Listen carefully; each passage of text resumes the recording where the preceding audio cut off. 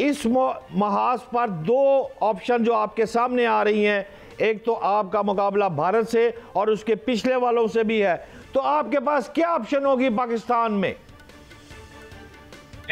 बहुत शुक्रिया भट्ट साहब। देखिए, मेरा ख्याल में सर, आपने टू नेशन थ्योरी की बात की, तो यही चीफ ऑफ आर्मी स्टाफ ने जब ओवरसीज फाउंडेशन में वहाँ पे खिताब किया तो उन्होंने वहाँ पे जोर दे के कहा कि टू नेशन थ्योरी बिल्कुल हकीकत है, हम और हिंदू अलग अलग हैं और हम एक कभी हो नहीं सकते हैं। तो प्रिसाइसली उन्होंने उस पर बड़ा जोर दिया है। सेकंड जो इम्पोर्टेंट चीज आपने हाईलाइट की है, दैट एक नेक्सस बन रहा है बिटवीन इंडिया एंड इजराइल, और इनका एक पास में रिकॉर्ड भी है। अगर आप देखें कि जब हम काउंटर एटॉमिक फैसिलिटीज पे हमला करने के लिए उस वक्त भी इंडिया इजराइल की एक प्लानिंग बनी थी। उन्होंने आना था, गुजरात से जहाज उड़ने थे, उन्होंने स्ट्राइक करना था, वो पाकिस्तान को पता चल गया। 98 में हमारे जो एटॉमिक एक्सप्लोजन से पहले again there was a planning, फिर हमें पता चल गया था। अब जो लेटेस्ट न्यूज आ रही है कि जिस तरह हमारे मिनिस्टर्स ने भी इसको इशारा किया, इजरायलीज पहुंच चुके हैं श्रीनगर में और वो आए हैं टेक्निकल स्टाफ। तो इससे पता चलता है कोई नेक्सस बन रहा है, कुछ होने लगा है जो वहां पे उनके प्रेजेंस से। पास में देखे कि इजरायलीज जो Indian illegal occupied Jammu and Kashmir में आके वहां पे उन्होंने ट्रेनिंग भी दी थी उनके सिविल आर्म फोर्सेस को, पुलिस को। और फिर देखें ना, जो फार्मूला कश्मीर में फॉलो हो रहा है वही सेटलमेंट वाला, डेमोग्राफिक इम्बैलेंस वाला, क्रॉसिटीज वाला, जेनोसाइड वाला वही मॉडल है।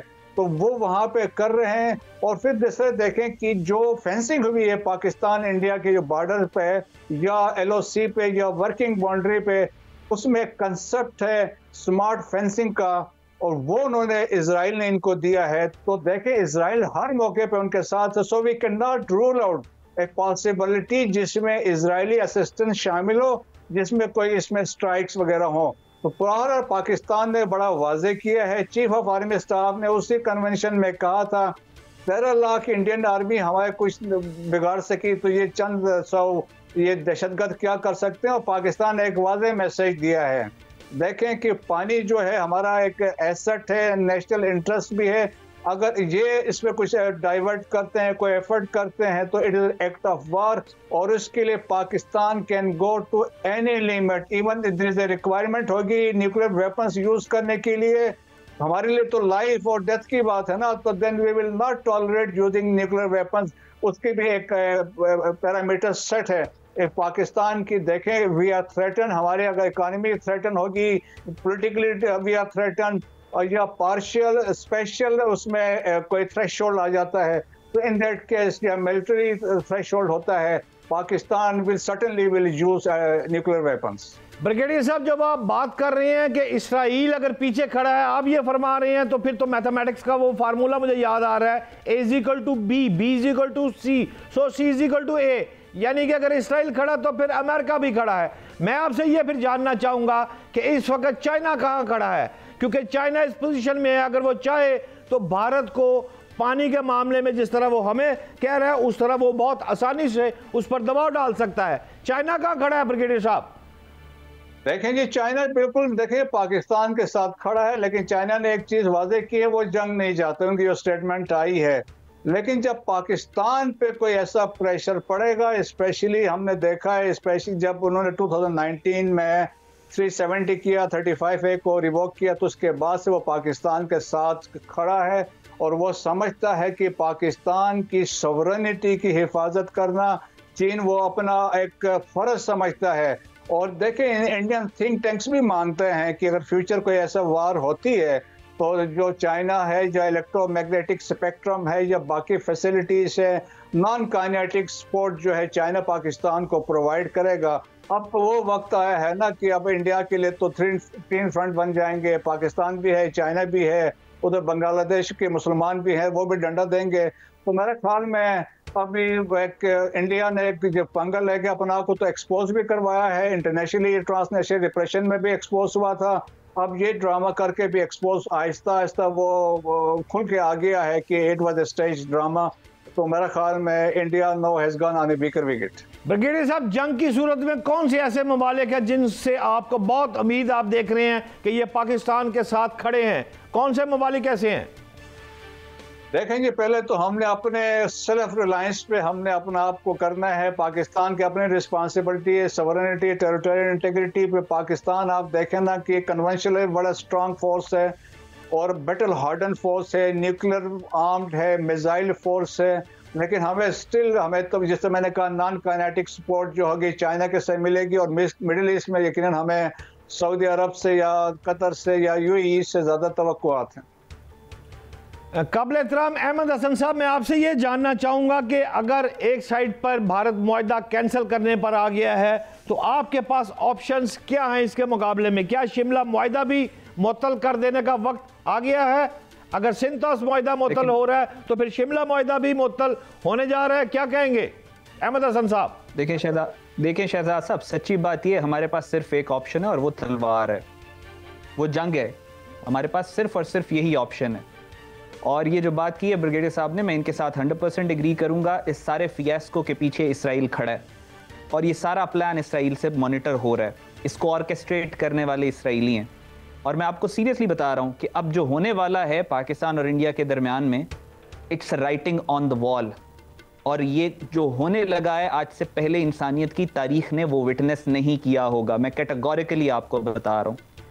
और ये जो जंग होगी, इस तरह की जंग इंसानों ने कभी नहीं देखी होगी। 70 साल से पाकिस्तान के बारे में बुजुर्ग फरमा के गए, ये अल्लाह के राजों में से एक राज है। ये साले अलैहिस्सलाम की ऊँटनी की तरह मोजज़े से बना था, मोजज़े से कायम है।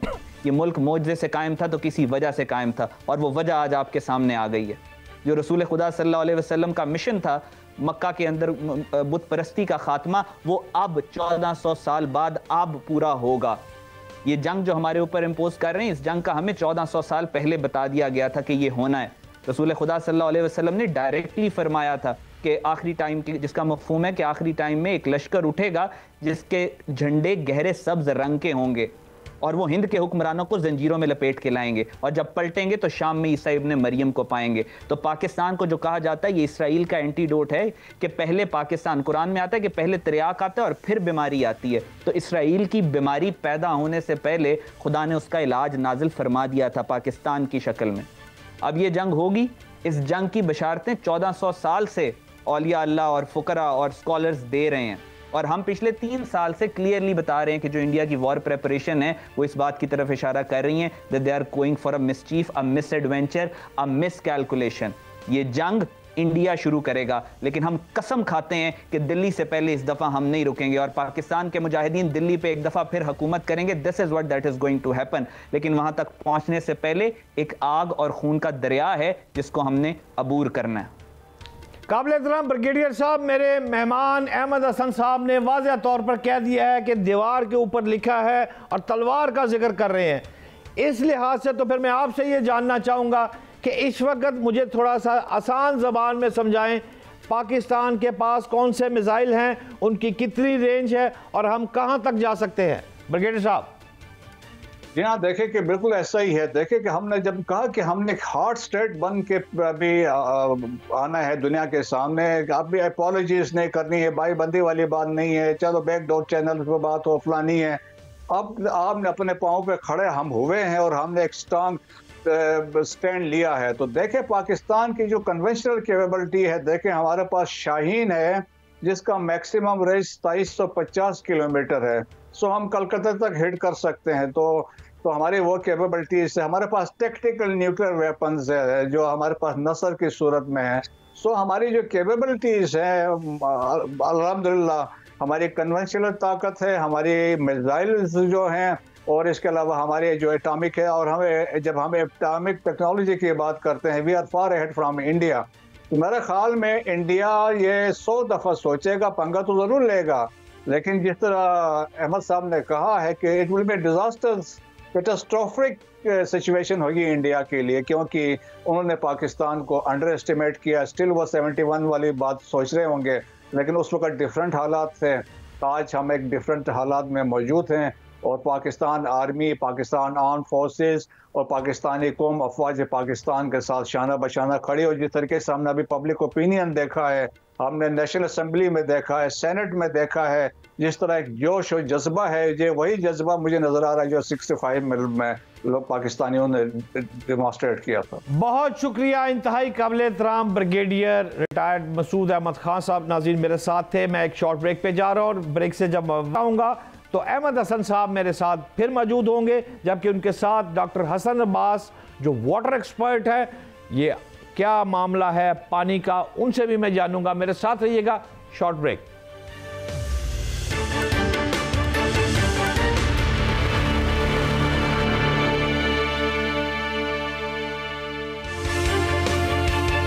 वेलकम बैक नाज़रीन। प्रोग्राम के इस हिस्से में मेरे साथ अहमद हसन साहब जो इंटरनेशनल अमूर के एक्सपर्ट हैं, और उसके साथ साथ मेरे पास इस वक्त वाटर एक्सपर्ट हैं डॉक्टर हसन अब्बास साहब। डॉक्टर साहब अस्सलाम वालेकुम। जी वालेकुम अस्सलाम। डॉक्टर साहब, सिंध तास मुआहिदा मुअत्तल करने को पाकिस्तान ने ऐलान जंग करार तो दे दिया है, आपने